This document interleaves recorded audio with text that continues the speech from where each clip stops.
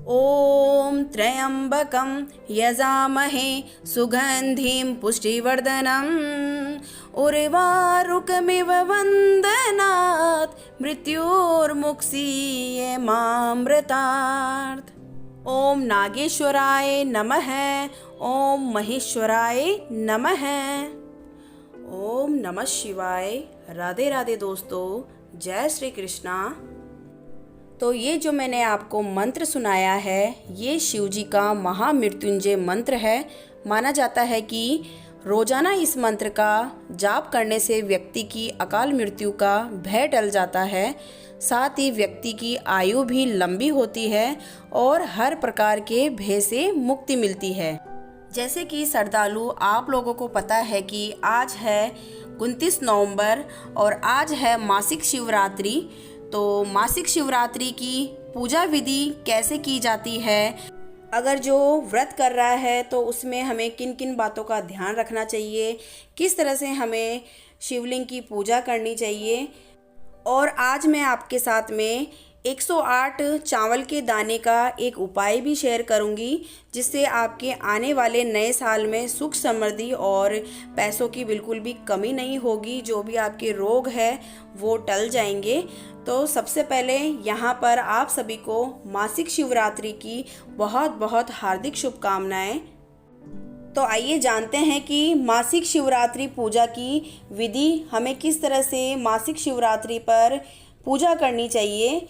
तो मासिक शिवरात्रि भगवान शिव के भक्तों के लिए एक पवित्र मासिक व्रत है। मासिक शिवरात्रि का महत्वपूर्ण तत्व एक ही है कि सही समय पर शिव पूजा करना। और पूजा का सही समय होता है निशिता काल पूजा, यानी कि मध्य रात्रि की पूजा सबसे शुभ मानी जाती है। और इसमें स्वास्थ्य, समृद्धि और आध्यात्मिक जागरण के लिए भगवान शिव की कृपा प्राप्त होती है। और हिंदू पौराणिक कथाओं के अनुसार इस दिन भगवान शिव अपना तांडव नृत्य करते हैं। मासिक शिवरात्रि का व्रत रखने से भक्त अपनी आत्मा को शुद्ध कर सकते हैं, पूर्व जन्मों के पाप से मुक्ति पा सकते हैं, आध्यात्मिक रूप से विकसित हो सकते हैं। और मासिक शिवरात्रि पर ये सब कुछ करने से पापों से मुक्ति मिलती है, आत्मा की शुद्धि होती है, मानसिक शांति मिलती है, नकारात्मक में कमी आती है और आध्यात्मिक विकास और कर्मों से मुक्ति मिलती है। तो आइए जान लेते हैं मासिक शिवरात्रि की पूजा की विधि। हमें किस तरह से मासिक शिवरात्रि को पूजा करनी चाहिए। तो सबसे पहले आपको सुबह जल्दी उठकर स्नान कर लेना चाहिए और स्वच्छ व नए वस्त्र धारण कर लेने चाहिए। भगवान शिव के प्रति सम्मान दिखाने के लिए रुद्राक्ष माला अगर आप पहन सके तो रुद्राक्ष की माला अगर घर में हो तो आप पहन सकते हैं। और अगर आपके घर के आसपास मंदिर है शिव जी का तो आप वहां पर मंदिर जाएं। और अगर घर के आसपास मंदिर नहीं है तो आप अपने घर में ही शिवलिंग स्थापित करके पूजा कर सकते हैं, या मिट्टी के शिवलिंग बना के और उनकी भी पूजा आप घर पे कर सकते हैं। और शिवलिंग की पूजा आपको कैसे करनी है, तो शिवलिंग का आप सबसे पहले अभिषेक कीजिए दूध और जल से। ध्यान रहे दूध कच्चा रहना चाहिए। उसके बाद में आप शहद चढ़ाइए और जो भी बील पत्र होते हैं, फल फ्रूट होते हैं, वो आप शिवलिंग पर अर्पित कीजिए। अभिषेक के दौरान लगातार आपको ओम नमः शिवाय का जाप करना है ताकि भगवान शिव की कृपा आपको प्राप्त हो सके। और फिर उसके बाद में आपको शिवलिंग पर हल्दी या कुमकुम से टीका करना है। अगर आप फूल चढ़ा सकते हो तो फूल चढ़ा दीजिए।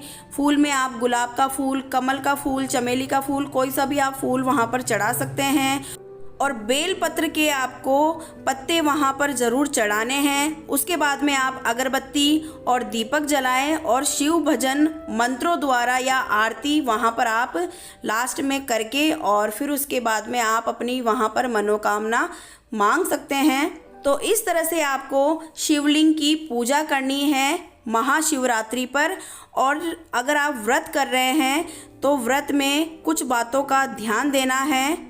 पूरे दिन उपवास रखना चाहिए और रात भर जागरण करते हुए भगवान शिव का ध्यान और मंत्र जाप करना चाहिए।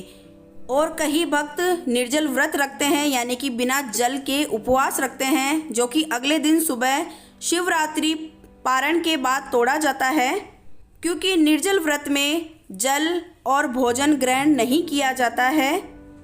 तो मासिक शिवरात्रि व्रत के कुछ नियम हैं। अगर आपसे निर्जल व्रत नहीं रखा जाता है तो आप क्या कर सकते हैं। यदि सख्त उपवास संभव नहीं होता है तो कुछ भक्त फल, दूध, हल्का सात्विक भोजन ग्रहण कर सकते हैं। तो ये तो हो गया कि आप व्रत कैसे रख सकते हैं और व्रत में क्या क्या आप खा सकते हैं। तो अब हम जान लेते हैं कि मासिक शिवरात्रि की पूजा का सर्वश्रेष्ठ समय क्या होता है। तो मासिक शिवरात्रि की रात को 4 पहरों भागों में विभाजित किया गया है और प्रत्येक पहर में शिव पूजा का विशेष समय होता है।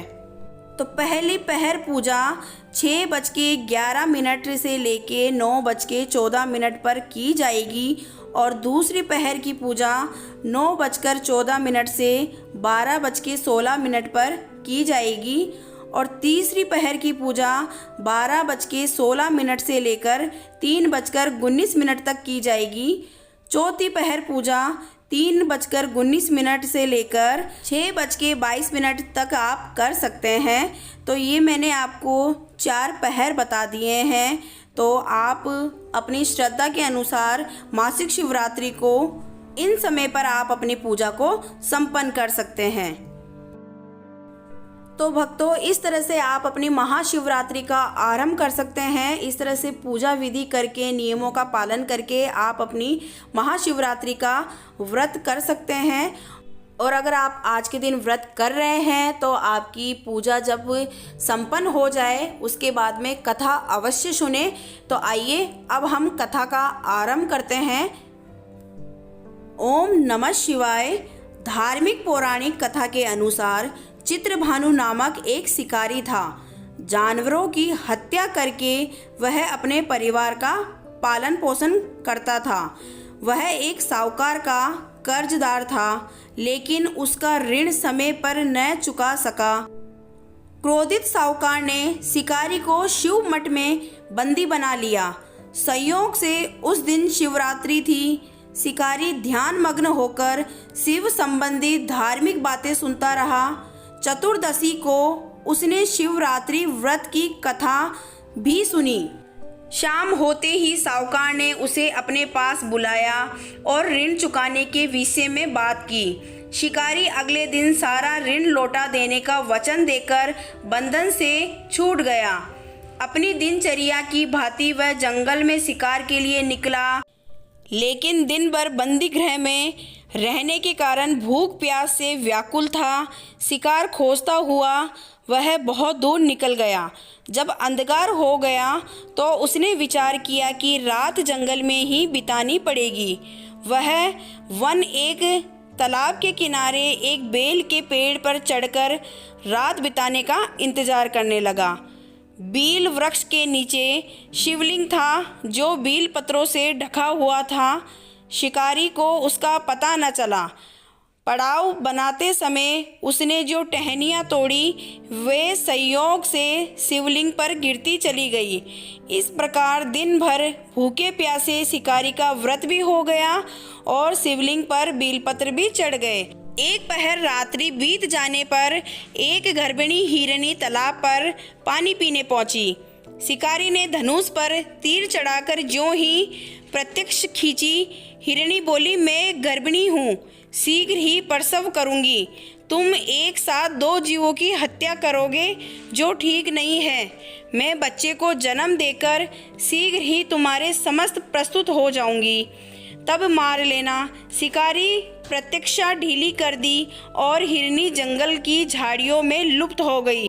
प्रत्यक्षा चढ़ाने तथा ढीली करने के वक्त कुछ बेलपत्र अनायास ही टूटकर शिवलिंग पर गिर गए। इस प्रकार उससे अनजाने में ही प्रथम पहर का पूजन भी संपन्न हो गया। कुछ ही देर बाद एक और हिरनी उधर से निकली। शिकारी की खुशी का ठिकाना न रहा। समीप आने पर उसने धनुष पर बाण चढ़ाया।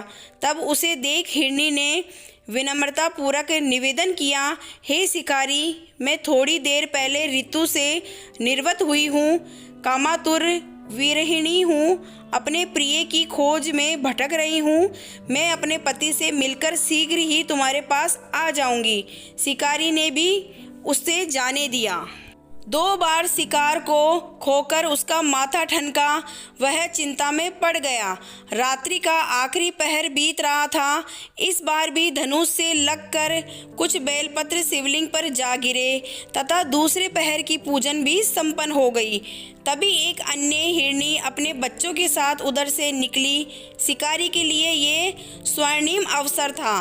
उसने धनुष पर तीर चढ़ाने में देर नहीं लगाई और वह तीर छोड़ने ही वाला था कि हिरनी बोली, हे शिकारी, मैं इन बच्चों को इनके पिता के हवाले करके लौट आऊंगी। इस समय मुझे मत मारो। शिकारी हंसा और बोला, सामने आए शिकार को छोड़ दूं? मैं ऐसा मूर्ख नहीं। इससे पहले मैं 2 बार अपना शिकारी खो चुका हूँ। मेरे बच्चे भूख प्यास से व्यग्र हो रहे हैं। उत्तर में हिरनी ने फिर कहा, जैसे तुम्हें अपने बच्चों की ममता सता रही है, ठीक वैसे ही मुझे भी। हे शिकारी, मेरा विश्वास करो, मैं इन्हें इनके पिता के पास छोड़कर तुरंत लौटने की कोशिश करती हूँ। हिरनी का दुख भरा स्वर सुनकर शिकारी को उस पर दया आ गई। उसने उस हिरनी को भी जाने दिया। शिकार के अभाव में तथा भूख प्यास से व्याकुल शिकारी अनजाने में ही बेल वृक्ष पर बैठा बेल पत्र तोड़ तोड़ कर नीचे फेंकता जा रहा था। पो फटने को हुई तो एक हष्ट पुष्ट मर्ग उसी रास्ते पर आया। शिकारी ने सोच लिया कि इसका शिकार वह अवश्य ही करेगा। शिकारी की तनी प्रतीक्षा देखकर मर्ग विनती स्वर्ग में बोला, हे शिकारी, यदि तुमने मुझसे पूर्व आने वाली 3 हिरनियों तथा छोटे छोटे बच्चों को मार डाला है तो मुझे भी मारने में विलंब ना करो, ताकि मुझे उनके वियोग में एक क्षण भी दुख ना सहना पड़े। मैं उन हिरनियों का पति हूँ। यदि तुमने उन्हें जीवन दान दिया तो मुझे भी कुछ क्षण के लिए जीवन देने की कृपा करो। मैं उनसे मिलकर तुम्हारे समक्ष उपस्थित हो जाऊंगा। हिरन की बात सुनते ही शिकारी के सामने पूरी रात का घटना चक्र घूम गया। उसने सारी कथा हिरन को सुना दी। तब हिरन ने कहा, मेरी तीनों पत्नियां जिस प्रकार प्रतिज्ञाबद्ध होकर गई है, मेरी मृत्यु से अपने धर्म का पालन नहीं कर पाएगी। अतः जैसे तुमने उन्हें विश्वास पात्र मानकर छोड़ा है, वैसे मुझे भी जाने दो। मैं उन सबके साथ तुम्हारे सामने शीघ्र ही उपस्थित होता हूँ। शिकारी ने उसे भी जाने दिया। इस प्रकार प्रातः हो आई। उपवास, रात्रि जागरण तथा शिवलिंग पर बेलपत्र चढ़ने से अनजाने में ही शिवरात्रि की पूजा पूर्ण हो गई और अनजाने में ही हुई पूजा का परिणाम उसे तत्काल मिला। शिकारी का हिंसक हृदय निर्मल हो गया, उसमें भगवत शक्ति का वास हो गया। थोड़ी ही देर बाद वह हिरन सपरिवार शिकारी के सामने उपस्थित हो गया ताकि वह उनका शिकार कर सके। किंतु जंगली पशुओं की ऐसी सत्यता, सात्विकता एवं सामूहिक प्रेम भावना देखकर शिकारी को बड़ी गलानी हुई। उसने हिरन परिवार को जीवन दान दे दिया। अनजाने में शिवरात्रि के व्रत का पालन करने पर शिकारी का मोक्ष और शिवलोक की प्राप्ति हुई। बोलो शंकर भगवान की जय। तो भक्तों, यहाँ पर हमारी महाशिवरात्रि की कथा की समाप्ति होती है। इसके बाद में आप गणेश जी की कहानी सुन लेवे और आपकी जो भी मनोकामना है हाथ जोड़ के और अपनी मनोकामना पूर्ण होने की शंकर भगवान के सामने प्रार्थना करें। तो आइए अब जान लेते हैं 108 चावल का उपाय। और महाशिवरात्रि पर आपको चावल के द्वारा क्या उपाय करना है जिससे आपके घर में सुख समृद्धि बनी रहे।